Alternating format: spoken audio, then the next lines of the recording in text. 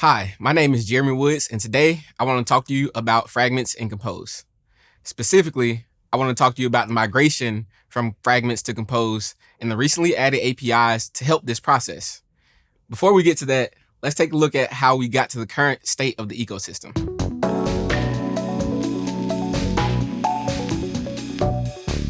Fragments were introduced in Android Honeycomb API 11. They were the first step to moving code out of your activity and into smaller, reusable components. This meant that Fragments inherited a lot of the activity API surface, such as action bar and context menus, as well as custom hooks into activity like permissions and picture-in-picture mode to ensure they were a compatible replacement. Since then, the goal of Fragments has been to reduce the API surface to ensure that they serve the sole purpose of being an Android UI holder. This has been done by introducing new APIs to ensure that all the old Fragment use cases are covered and deprecating any old APIs that were specific to Fragments, ensuring that they are reusable. The next step in the evolution of Android UI development comes in the form of Jetpack Compose. Jetpack Compose embodies the concept of reusable components and leverages the Kotlin language to simplify and accelerate UI development. So the question is, how do we migrate from this historic world of Fragments, where apps have been for years, to the new world with Compose so we can take advantage of all the new features that come with it? And that migration is what we will focus on here. Let's say that your app uses Fragments and you want to either replace or add some Composables to your UI. Instead of rewriting your entire application, you want to methodically add the Composables one at a time. There are a few ways to go about this. You could add a Compose view from your Compose UI module to your XML, then inflate that Compose view inside of your Fragments onCreateView callback, setting the view composition strategy for that view to dispose on view tree lifecycle destroyed to ensure the view is destroyed properly, and making a call to set content to provide your composable lambda, and use that inflated view as the return object to the onCreateView function. You might avoid the XML route altogether and create a Compose view using the context from your fragment. Then you need to do the same as the previous case and set the view composition strategy, followed by calling set content to add things to your composition, returning that view as part of the onCreateView function. But there's something we can do to make this even easier. Starting with the Fragment 1.7 release, there's a new content extension that is part of the Fragment Compose module that provides a composable lambda. You just override your onCreateView of your fragment and return the content function. And then inside of the lambda of that function, you can add your composables. In this example, you can see that we have overridden the onCreateView of our example fragment and returned content. Inside of that content lambda, we've declared a home view model owned by the fragment, as well as a home composable, which takes the view model as an input. That is it.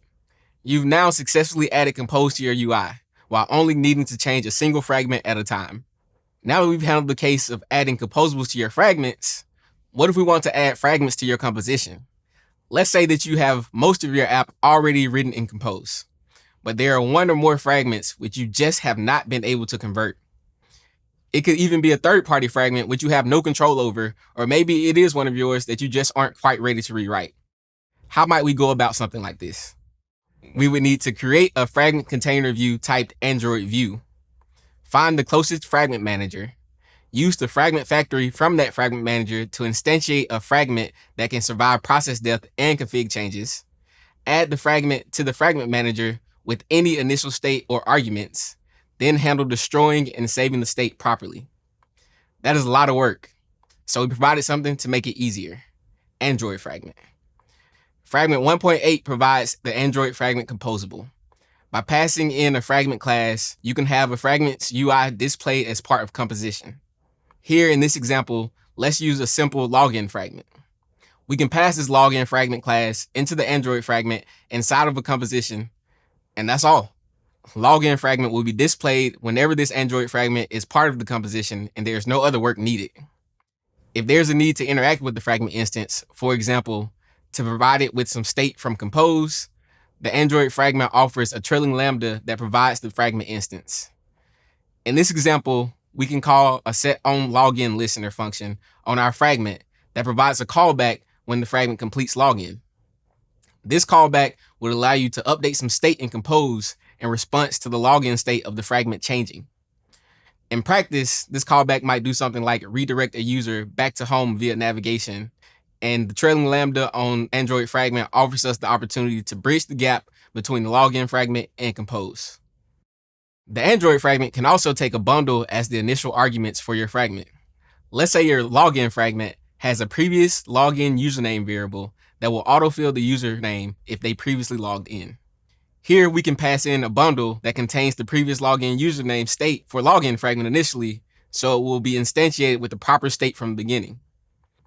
Finally, it takes a fragment state. You can hoist the fragment state in the hierarchy and have it to recreate the fragment later in another composition. In this example, our Android fragment exists inside of an if check. If the app is in a valid state, which might be something like checking for an available internet connection, we will display our login fragment. Otherwise, we display our invalid status composable.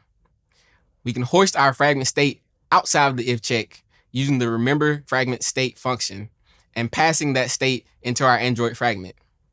This means that if we ever enter an invalid state and our Android fragment leaves the composition, once it returns, instead of creating a new fragment state and losing any changes from the previous composition, we will use our previous one and ensure we maintain the logged in state. Android Fragment contains everything you need to effectively continue to easily use fragments as part of the composition. So we've handled the cases of Compose and Fragments in Compose.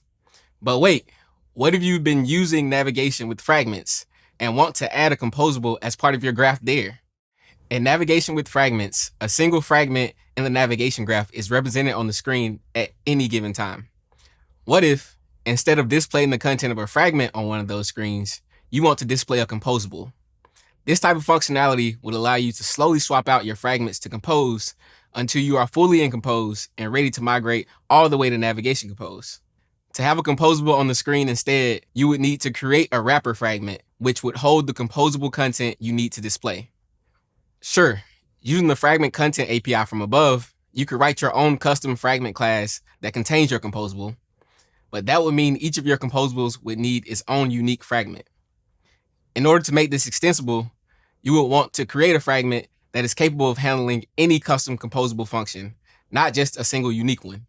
This will require not only a wrapper fragment, but that wrapper fragment needs to be able to create composable functions, likely via reflection. Then you need to add that fragment to your XML navigation graph. The Navigation Fragment Compose module provides support for all of this as part of Navigation 2.8. It combines a composable fragment class as a wrapper that is capable of displaying any top-level no-argument composable function if the entire qualified name of the composable is provided. A composable fragment navigator class that intercepts the inflating of destinations in a navigation XML file with the name composable and inflates a composable fragment with the name of the composable provided to the Android name field. A composable navhost fragment that adds the composable fragment navigator to ensure displaying composable fragment instances is properly supported. It also provides a local fragment, composition local, that ensures that a composable fragment is available within the function invoked by the fragment. Let's see how we would do this. First, replace your inflated navhost fragment with the new composable navhost fragment alternative. Here we do so by changing the Android name of our fragment container view and the layout of our activity. Here we have a home composable declared in the com.example.home package. In order to add this to our navigation graph, we will add the composable tag with an Android ID of home and the fully qualified name of home. com.example.home/$home. Then, in order to navigate to your composable, you navigate to your home ID in the same way you would in normal navigation and let navigation handle the rest. Underneath the hood, this uses the same content API as mentioned above and inflates a composable fragment with your composable. So we are able to leverage the APIs we already created and expand them to be used in the context of navigation. Today, we've gone over 3 different ways of how you might integrate fragments in Compose. The fragment content extension function makes it easy to add composables to your fragment. The Android fragment composable provides an easy way to add your fragments to the composition and have their content displayed as is. The composable tag, along with the assisting APIs, make it possible to add a top-level, no-argument composable function directly to your navigation with Fragment implementation. Hopefully, these new APIs will help improve the migration story from Fragments to Compose. Also, we are currently working on a new Navigation Compose Fragment module that provides APIs to easily add fragments to your Navigation Compose graph to complete the coverage for the migration story. So be on the lookout for that as well. Please like and subscribe to our channel for more content. Thank you.